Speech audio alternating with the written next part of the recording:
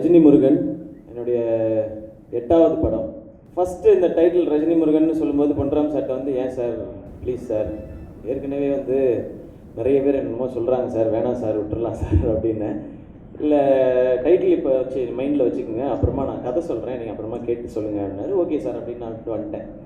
அப்புறமா கதை சொல்ல ஆரம்பிச்சார். ஏன்னா ரஜினி முருகன் டைட்டில் வச்ச பிறகு 2 விஷயம் இருக்குது. ஃபஸ்ட்டு கேள்வி என்னவா இருக்குன்னா, எதுக்கு இந்த டைட்டில் இப்போ வைக்கிறாங்க, அவனுக்கு என்னவா அப்படின்னு சொல்லி எல்லாருமே கேட்பாங்க. 2வது கேள்வி என்ன வரும்னா, இது என்ன எப்படி நம்ம ஜஸ்டிஃபை பண்ண போகிறோம் படத்தில் அப்படிங்கிறது தான். இந்த 2 பயம் எனக்குள்ளே இருந்துச்சு. அவர் கதை சொல்ல ஆரம்பித்தார்.